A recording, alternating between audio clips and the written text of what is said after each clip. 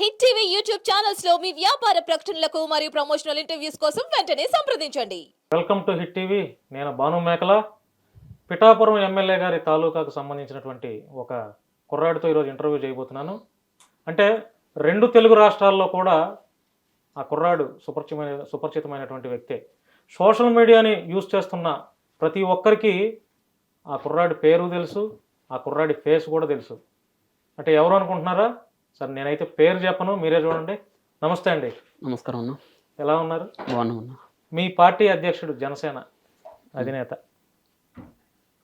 Deputy సీఎంగా ప్రమాణ స్వీకారం చేశారు. మీకు సంతోషమైన ఉందా తమ్ముడు? ఉందన్న, ఉంది, కానీ పూర్తి స్థాయిలో కాదు. అంటే ఎందుకని పూర్తి స్థాయిలో సంతోషం లేదు? ఫర్ ఎగ్జాంపుల్, ఇప్పుడు ఇండియన్ టీం మొన్న T20 వరల్డ్ కప్ గెలిచిన తర్వాత మీకు పూర్తి స్థాయిలో హాయిగా ఉందా, హ్యాపీగా? లేదు. ఎందుకంటే 2023 వరల్డ్ కప్ ఓడిపోయిన ఉన్న బాధ ఉంది. సేమ్ యాస్టీస్ మాకు సీఎంగా చూడాలనుకున్నాం, డిప్యూటీ సీఎంగా చూసామని కొంచెం. అంటే ముఖ్యమంత్రి అయితేనే బాగుండు అంటారు. పూర్తి స్థాయిలో ఆనందంగా ఉంటుంది మాకు. అంటే పవన్ కళ్యాణ్ గారు తీసుకున్నటువంటి నిర్ణయాన్ని తప్పు పడుతున్నారా? తప్పని కాదన్న. ఇప్పుడు జనరల్గా ఒక ఫ్యామిలీ ఉందన్న, ఫ్యామిలీలో పేరెంట్లు కానీ లేకపోతే పెద్దవాళ్ళు కానీ, మన నాన్నమ్మ తాతలు కానీ, మనవాడు ఒక మంచి పొజిషన్కి వెళ్ళాలి, వాడు బాగుపడాలి, లేకపోతే వాడు ఒక పెద్ద డాక్టరో సైంటిస్టో లేకపోతే ఒక సినిమా యాక్టర్ ఏదో కావాలని కోరికలు కోరుకుంటాడు. బట్ అతనికి నచ్చింది అతను అవుతాడు. ఆయన అప్పుడు వీళ్ళు అనుకుంటారు కదన్న, ఇప్పుడు మా పిల్లోడు పెద్ద పొజిషన్కి వెళ్ళాలి, మా పిల్లోడు గొప్ప పొజిషన్కి వెళ్ళాలి అని చెప్పి కోరుకోవడం తప్పే ఉందన్న. సో మేము కూడా మా కళ్యాణ్ గారు సీఎం అవ్వాలని మేము కోరుకుంటున్నాం. 2029లో అయ్యే అవకాశం ఉందా మరి? ఖచ్చితంగా అవుతారు అనేది మా విశ్వాసం. ఎట్లా అవుతారు? ఇప్పుడే లేనిది అప్పుడు ఎట్లా అవుతారు? ఈసారి మేము త్యాగం చేస్తాం కాబట్టి నెక్స్ట్ టైం వాళ్ళు త్యాగం చేస్తారనేది మా ఒపీనియన్. అంటే చంద్రబాబు నాయుడు గారు ఉండగా పవన్ కళ్యాణ్ గారు ముఖ్యమంత్రి అయ్యే అవకాశం ఉందా అసలు? ఖచ్చితంగా. కళ్యాణ్ గారు తగ్గి సిబిఎన్ గారిని సీఎం చేసినప్పుడు సిబిఎన్ గారు కూడా తగ్గి కళ్యాణ్ గారిని నెక్స్ట్ టైం సీఎం చేస్తారు అనుకుంటున్నాం మేము. అంటే 21 సీట్లు చంద్రబాబు గారు ఇస్తే 21 సీట్లు గెలిచారు. అంటే ఈ గెలిచిన తర్వాత రిజల్ట్ చూసిన తర్వాత బహుశా మా జనసేన పార్టీకి ఇంకా కొంచెం ఎక్కువ సీట్లు ఇచ్చినా కూడా మేబీ మేము గెలిచి ఉండేవాళ్ళమేమో అనే ఒక ఫీలింగ్ అయితే ఉందా? 100% ఉంది. ఖచ్చితంగా గెలిచే వాళ్ళం, ఇంకొంచెం ఎక్కువ తీసుకొని ఉంటే అందరికి ఉంది అది. అంటే ఎందుకని ఇప్పుడు 2 పార్టీలు 3 పార్టీలు పొత్తుంది, జనసేన పార్టీ 21 సీట్లే ఎందుకు పవన్ కళ్యాణ్ గారు సరిపెట్టేసుకున్నారు? అడగొచ్చు కదా, ఒక 40 సీట్లైనా అడగొచ్చు కదా. ఆయన ఆ పరిస్థితుల్లో ఆయన తగ్గాలనుకున్నారు, తగ్గారన్న. అప్పుడు 10 సీట్లే తీసుకోవచ్చుగా. 10 సీట్లు అంటే అది కళ్యాణ్ గారి డిసిషన్, ఇక దాన్ని మేము తప్పుపట్టలేము. ఆయన 21 సీట్లు కరెక్టే ఉన్నాం మనం అని చెప్పి అన్ని సర్వేలు తీసుకొని ఆయన 21 తీసుకున్నారని మేము అనుకుంటున్నాం. కానీ ఇంకొంచెం ఎక్కువ తీసుకుని ఉంటే బాగుండేది అనేది మా ఒపీనియన్. ఎక్కువ సీట్లు తీసుకున్నా కూడా గెలిచే అవకాశం ఉంది. 100% ఉంది. 100% ఉంది. తెలంగాణలో జనసేన పార్టీని కూడా ఇప్పుడు మళ్ళీ కొత్తగా ఇక్కడ కూడా బలపడేలాగా ఏదో ఒక ప్లాన్ అయితే చేస్తున్నది. అది మీ నోటీసులో ఏమన్నా ఉందా? ఉందా? అంటే ఒక జనసేన లేకపోతే తెలుగుదేశం మళ్ళీ ఇక్కడ కూడా పొత్తులతోనేనా? చెప్పలేమన్నది ప్రస్తుతం. కాకపోతే మా తెలంగాణ ముందు నుంచి మేము అనుకున్నదల్లా ఒకటి, ఇక్కడ నుంచి ముందు 2 పడవల ప్రయాణం ప్రస్తుతం మంచిది కాదేమో, కాబట్టి ముందు ఆంధ్రప్రదేశ్లో మన అడుగు బలంగా పడిన తర్వాత తెలంగాణలో పూర్తి స్థాయిలో పార్టీని బలోపేతం చేయాలి గ్రౌండ్ లెవెల్ నుంచి అనేది ముందు నుంచి మేము అనుకుంటున్నాం. కాబట్టి ప్రస్తుతం అయితే 21 సీట్లతోటి 2 ఎంపీలతోటి కళ్యాణ్ గారు డిప్యూటీ సీఎంగా ఆంధ్రప్రదేశ్లో బాధ్యతలు చేపట్టారు కాబట్టి ఇప్పుడు తెలంగాణలో కంపల్సరీ మా అడుగు గట్టిగా పడుతుంది. ఇప్పుడు ఆంధ్రాలో జనసేన బలపడింది అనుకుంటున్నారా? 100% పడింది కాబట్టే సిబిఎన్ గారు అంత ఈజీగా సీఎం అయ్యారు. వైసీపీ 11 సీట్లకే భూస్థాపితం అయిపోయింది. అంతా పవన్ కళ్యాణ్ గారి వల్ల సాధ్యమైందా? ఆయన చరిష్మానే అక్కడ పనిచేసింది అనేది మా విశ్వాసం. అంటే చంద్రబాబు నాయుడు గారు వేస్ట్ అనమాట?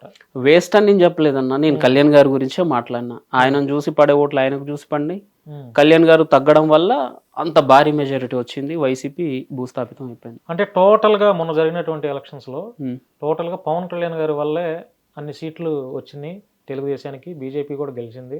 అసలు ఆయన గేమ్ చేంజర్ అని అంటే ఏం చెప్తారు మీరు? 100%. అది నేను చెప్పడం ఏందన్నా, 2 స్టేట్లు చెప్పినాయి, మోడీ గారు కూడా చెప్పారు. దాంట్లో గేమ్ చేంజరే 100%. తమ్ముడు, ఇప్పుడు నువ్వు తెలంగాణలో ఉన్నావు, నువ్వు తెలంగాణకి పరిమితం. అంటే ఎందుకని ఇంతమంది పొలిటికల్ లీడర్లు ఉండగా పవన్ కళ్యాణ్ గారిని ఎందుకు నువ్వు అభిమానంగా చూస్తున్నావు? ఆయన్నే ఎందుకు అభిమాన నాయకుడిగా నువ్వు నీ మనసులో స్థానం సంపాదించుకున్నావు? పవన్ కళ్యాణ్ గారిని చిన్నప్పటి నుంచి ఆయన సినిమాలు చూస్తూ పెరిగామన్నా, ఓపెన్లీ చెప్పాలంటే. తర్వాత ఆయన పాలిటిక్స్లోకి వచ్చారు.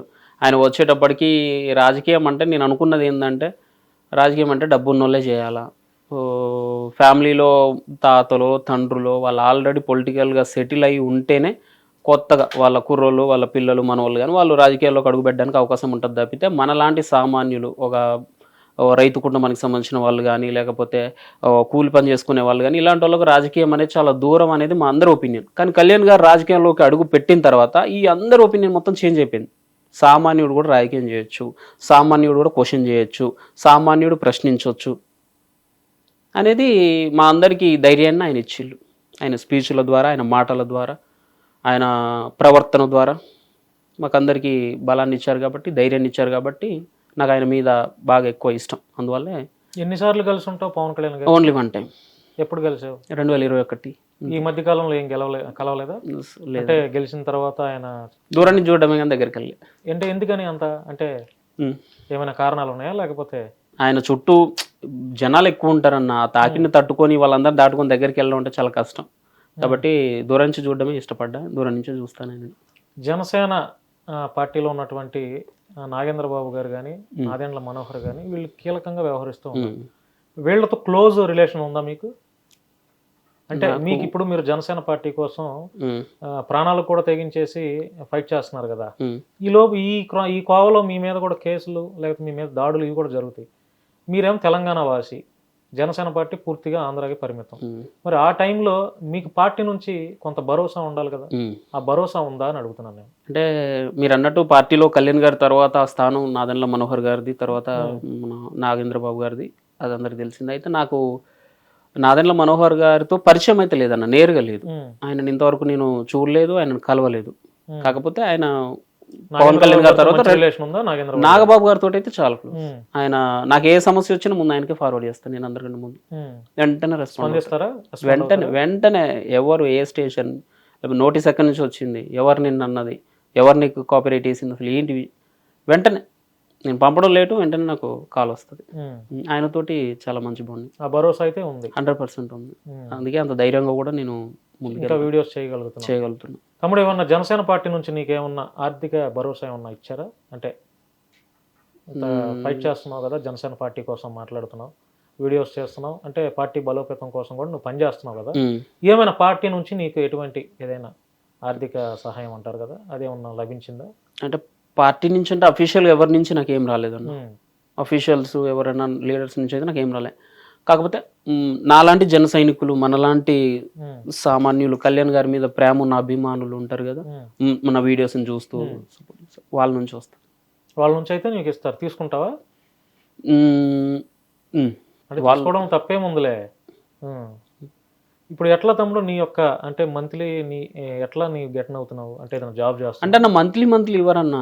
నాకు ఏదన్నా కష్టం వచ్చినప్పుడు, ఫర్ ఎగ్జాంపుల్ ఒక చిన్న స్టూడియో పెట్టుకోవాలనుకున్నా, ఆ టైంలో నేను అడిగినప్పుడు, లేకపోతే నాకు పిఠాపురం వెళ్ళాలని కొంచెం ఇబ్బందిగా ఉంది అన్నప్పుడు ఒక ల్యాప్టాప్ స్పాన్సర్ చేయడం, ఇలాంటివి. అంతేగాని రెగ్యులర్ కాదు. ఏదైనా నీకు అవసరమైనటువంటిది ఏదన్నా మంత్లీ అయితే కాదు. లేదు, పార్టీకి దీనివల్ల నేను కొంచెం ఆగిపోవాల్సి వస్తుంది అన్నప్పుడు ఎవరైనా ఒకరు ముందుకు వచ్చి నాకు హెల్ప్ చేస్తారు. తమ్ముడు, జనసేన పార్టీని భుజాన వేసుకున్నావు, పవన్ కళ్యాణ్ గారిని భుజాన వేసుకున్నావు.